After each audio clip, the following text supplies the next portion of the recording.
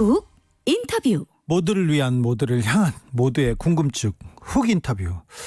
계속되는 비로 피해가 커지고 있습니다. 그런데 때 아닌 4대강, 이 얘기가 도마 위에 올랐습니다. 섬진강 제방이 무너지자 4대강 사업을 안 해서 홍수 피해가 발생했다는 말이 나왔는데요. 낙동강과 영산강 제방이 유실되면서 여기에서는 4대강 때문에 홍수가 났다고 이야기가 나오고 있습니다. 실상은 어떤지 현장 연결해 보겠습니다. 마창진 환경운동연합 이미자 정책실장 연결돼 있습니다. 안녕하세요.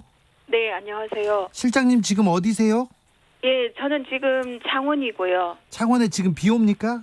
예, 지금 비가 오고 있고, 네. 그리고 바람도 한 30분 전보다는 좀 더 많이 불고 있는 것 같습니다. 창원이랑 경남 지역 현장 상황 어떻습니까? 좀 피해가 크지요?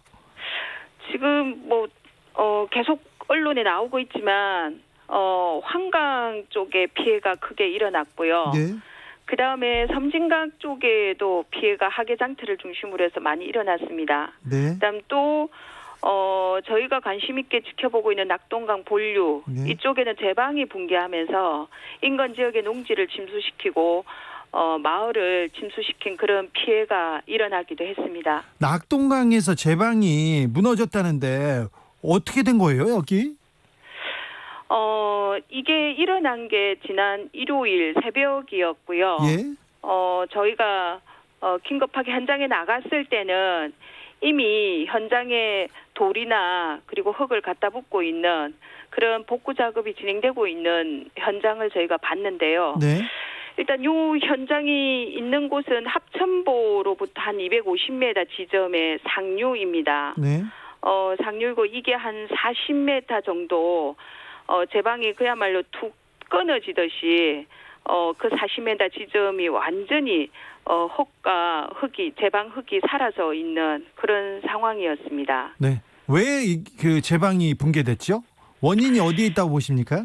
일단 대한하천학회 박창건 교수님하고 현장 조사를 저희가 일요일 날 했고요. 예. 이 조사 결과에 따르면은 이 제방이 만든 그 재료가 자세히 쳐다보니 모래였습니다. 예. 그러니까 모래고 이 모래와 그 다음에 배수 시설이 이 제방을 관통하고 있었는데요. 네. 이 배수 시설과 배수 시설은 콘크리트로 되어 있고 제방은 모래로 되어 있고요. 그러니 이거 두 개가 두 물체가 서로 접착하지 못했던 거죠. 그러면서 그 사이에 공극이 생겼고 그 공극 사이로 물이 스며들면서 제방에 힘이 없어서 이렇게 붕괴되는 그런 상황이 벌어졌다라고 이렇게 진단을 하고 있습니다. 이 제방은 그 4대강 사업 때 만든 거죠?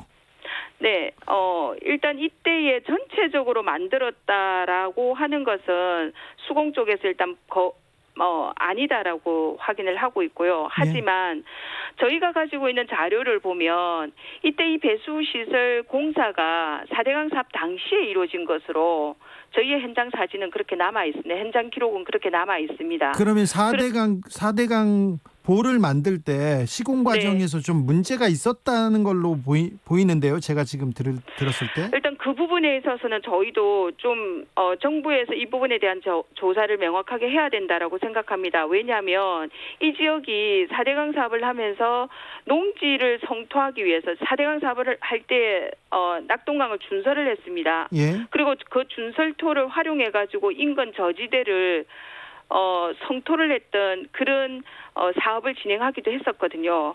근데 이 지역이 바로 그런 지역이었습니다. 네. 그러면서 주변의 농수로나 이런 것들을 전부 다 높이는 이런 작업을 했고 배수시설도 전부 다 개선했거든요. 네. 그런데 이 제방이 만들어진 상태라면은 바깥에 논에 있는 이 배수시설을 낙동강 안으로 빼내는 작업을 제방을 그대로 놔두고는 할 수 없지 않겠습니까? 예. 어떠한 행태로든 제방을 손을 댔을 겁니다. 네. 이 측면 때문에 저희는 결국 제방 공사가 그 당시에 새로 이루어질 수밖에 없었다라고 저희는 판단하고 있습니다. 자, 그래서 네. 결국은 제방은 4대강 사업 때 손을 댔다.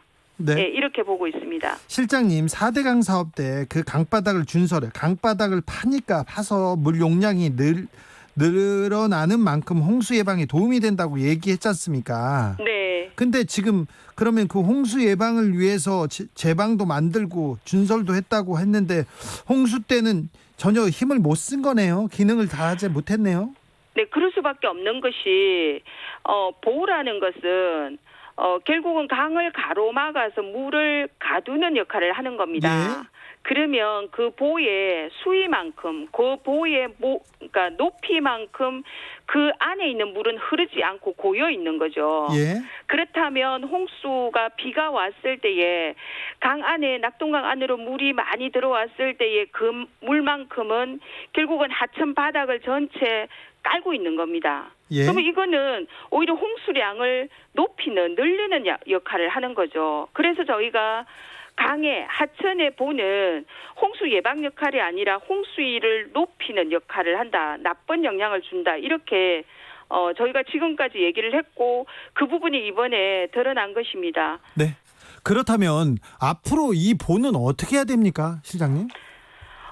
지금 현재 보가 홍수 예방, 그 다음에 이 물을 이용하겠다라고 하는 두 가지 목적을 정부는 제시했습니다. 예. 그런데 홍수 예방 효과 지금 제가 말씀드렸듯이 없다라고 했고요. 예. 그러면 남아있는 물을 그럼 이용할 수 있냐.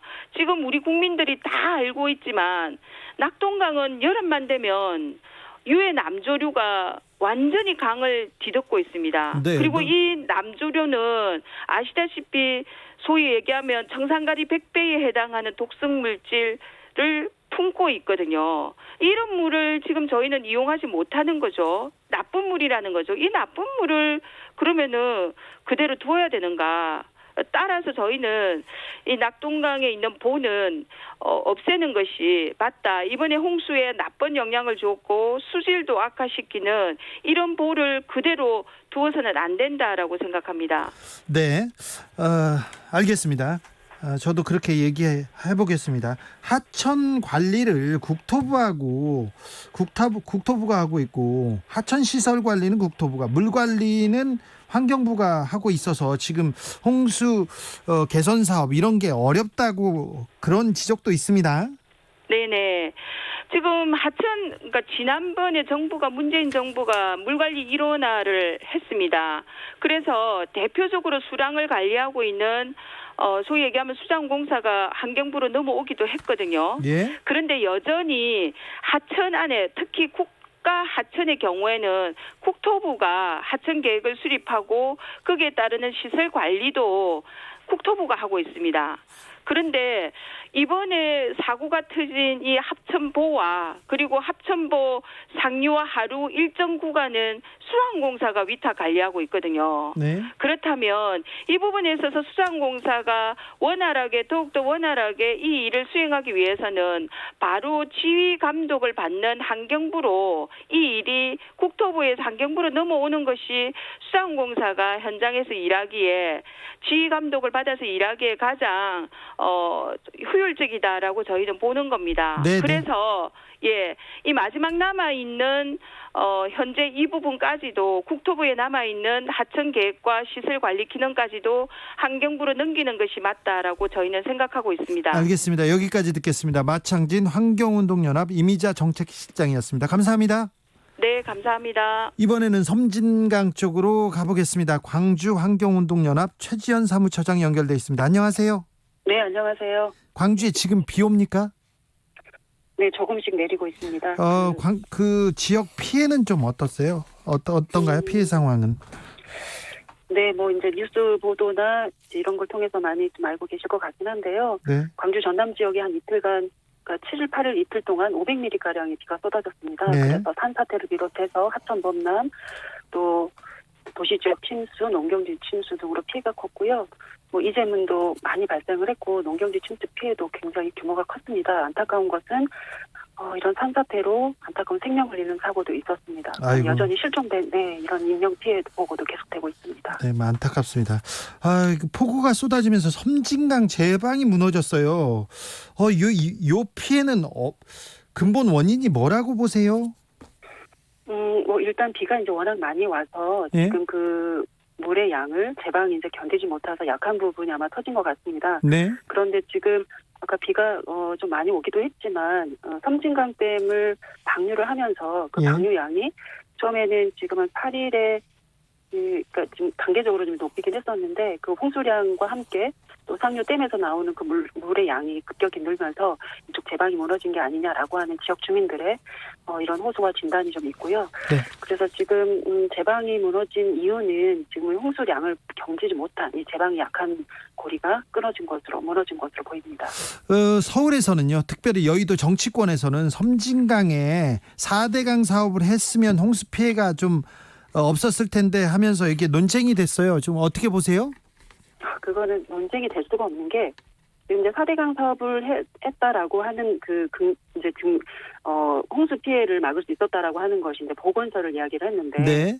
영산강에는 2개의 보를 만들었는데요. 실은 보 때문에 오히려 수위가 상승을 해서 지류의 제방이 무너졌거나 네. 또 아니면은 지류의 물이 원활히 이렇게 배제가 되지 못해서 오히려 침수 피해가 컸습니다. 네. 그래서 지금 섬진강에도 만약에 보를 만들어서 홍수 피해가 없을 거다라고 하는 그런 논리가 말이 맞지가 않고요. 예. 이 보라고 하는 것은 오히려 수위를 높이는 그래서 홍수 피해를 오히려 더 키울 수 있는 홍수 대책으로 보자면 이염시설이 될 수가 있습니다. 보라고 하는 것은 물을 가두어서 이용하는 목적이기 때문에 홍수 대책이 된다라고 하는 것은 도무지 말이 안 되는 논리이고 그런 것을 지금 국회의원이 주장하고 이야기하고 있다는 자체가 지금 이게 앞으로의 이제 입법 기관으로서 정책에 대한 주요 부분을 판단을 하고 입법 활동할 때 어떤 판단을 내려줄지 좀 심각하게 좀 고민이 되는 걱정이 되는 그런 발언들입니다. 현장에서 보기에 지금 그 정치권에서 4대강 논란 되는 걸 보면 좀 말이 안 된다는 거죠. 네, 그렇습니다. 취소 대책의 방법으로서 벌을 만들어야 된다라는 것이란 단순하게 말하면 그렇다라는 건데 네. 보라고 하는 것은 오히려 수위를 상승시켜서 오히려 이런 침수 피해 대책이라거나 아니면은 홍수 대책에 역행하는 거고요. 네. 지금 축산부 아까 말씀드렸지만 지금 영산강에는 승천보와 축산보를 만들었습니다. 이제 승천보는 광주시와 나주시 경계에 있고요. 그다음에 이제 승천보 바로 위에가 황룡강이 지류가 합류가 되는데요. 예. 지금 이제 승천보 때문에 아마도 이제 수위가 물론 비가 워낙 많이 온 조건이었습니다만은 지금 승천보 때문에 물이 이제 배제가 쉽게 되지 않으니까 수위가 올라가니까 지금 그 황룡강이라는 지류 쪽에서 홍수 피해가 더 커졌거든요. 예. 그러니까 지류 하천이 범람을 해가지고 그 금호타이어 공장이 침수 피해가 있어서 공장 가동을 중단하는 그런 일도 있었고요. 그다음에 축산보 같은 경우에는 문평천, 축산보 바로 직상류에 문평천이라는 지류가 있습니다. 예. 그런데 지금 축산보 물론 지금 그 만조기 때문에 바다 수위가 이제 올라가서 하류 부분에 있어서 이제 수위가 좀 상승이 되는 경향도 있었지만 지금 동일 조건으로 보자면은 지금 또 축산보가 수위를 또 높이는 그런 영향을 줘서 지금 문평천 하류 쪽에 그 처장님, 배관이 무너졌거든요. 처장님 너무 네네. 어려워요. 너무 지류로 가셨어요. 우리가 말을. 네네. 네. 어쨌든 보 때문에 본류에 있는 보 때문에 네. 지류에까지 지금 영향을 줬다. 네. 그래서 지금 4대강 사업에서 본류를 다 했던 사업을 하면 네. 지류까지 이런 홍수 대책이 될 거다라고 그때 당시에 주장을 했었는데 예. 이번의 피해가 그렇지 않다라는 것을 좀 확인해 줬습니다. 아유, 이제는 알아들었어요. 네. 그러면 근데 장마 때 수위 조절을 못해서 난 사고다 이런 의견이 있는데 이거는 어느 정도 좀 일리가 있는 거 아닌가요? 장마 때 수위 조절이라고 하는 부분은 그러니까 지금 이제 홍수 피해가 이제 많이 나는 이유가 이렇게 지류 같은 경우에는 네. 이런 물이 비가 많이 내렸을 때 이게 물이 빨리 하류로 빠져야 되고 예. 이제 이렇게 돼야지 그쪽 지역이 침수가 되지 않고요. 예. 그다음에 그래서 지금 이제 지류나 아니면은 특히 이제 이런 홍수 피해가 많이 나는 특히 이제 인명사고라든지 재산상의 피해가 많이 나는 게 또 이런 산사태 부분을 많이 지적을 했었습니다. 그리고 이렇게 이제 침수 피해가 많이 또 이렇게 상습적으로 또 이루어지는 지역들이 있어요. 예. 그러면 이제 이런 지역에 먼저 대책이 이루어져야 되는데 4대강 본류를 실은 4대강은 200년 빈도로 이미 취수 사업이 이루어졌었던 곳인데 이제 그랬었고요.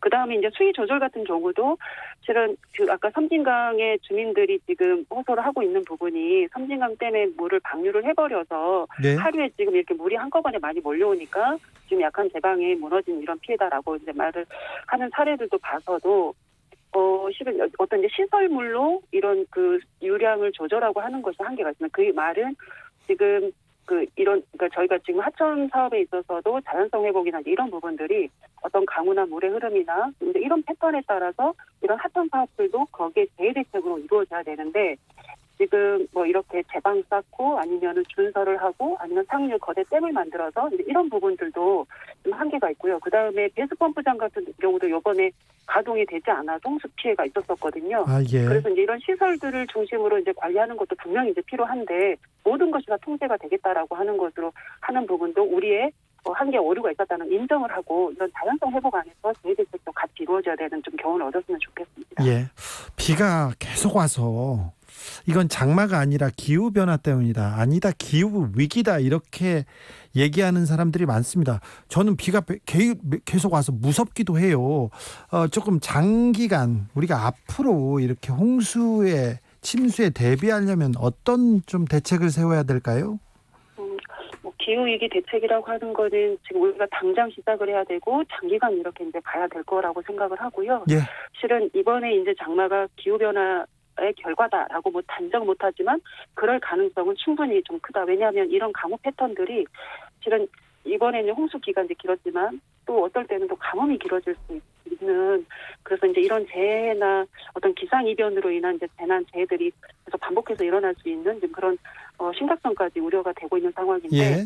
이것이 이제 어떤 정상적인 어떤 강우나 기후의 어떤 상황에서가 아니라 우리가 지금 최근 100년 동안 1도씩, 우리 한반도 같은 경우에는 1.5도씨가 상승을 했기 때문에 이제 그 결과다라고 하는 그 상당히 타당성 있는 이제 영향이다라고 이제 지금 보고 있는 거고요. 예. 그래서 이제 이런 대책들이 있을 것이고, 그 다음에 이런 이제 재난 대책이나 재해 대책 같은 경우에는 홍수, 가뭄 이런 게 지금 아까 댐을 만들어서 이런 뭐 물을 공급을 한다거나 홍수를 막는다거나, 그리고 이런 막강한 엄청난 비가 왔었을 때는 이게 통제가 되지 않는, 또 오히려 더 위험을 더 키울 수 있는 위험 시설이 될 수 있는 것이 있기 때문에, 그래서 이런 재난 기후 변화에 맞춰서 재난 대책, 재해 대책, 그리고 우리 수자원을 확보하는 대책, 그래서 이제 이런 그 기상 어떤 변화와 이변에 따른 이런 재해 대책들이 같이 맞물려야 될 것이고, 그간에 매 했던 도시형 침수라거나 아까 산사태라거나, 그리고 국도적으로 이런 재난 대책들은 이미 다 뭐 나와 있던 것들이 그대로만 좀 해도 되는 부분들이 있는데, 네. 정치권에서의 그런 이해관계 때문에 아니면은 불필요한 논쟁을 좀 이런 건 중단해야 될 것 같고요. 시민들의 안전 부분에 있어서는 단계적으로, 그다음에 어떤 시급성 부분에 있어서는 좀 단계적으로 해야 될 것 같습니다. 여기까지 듣겠습니다. 광주 환경운동연합 최지연 사무처장이었습니다. 감사합니다. 네, 고맙습니다.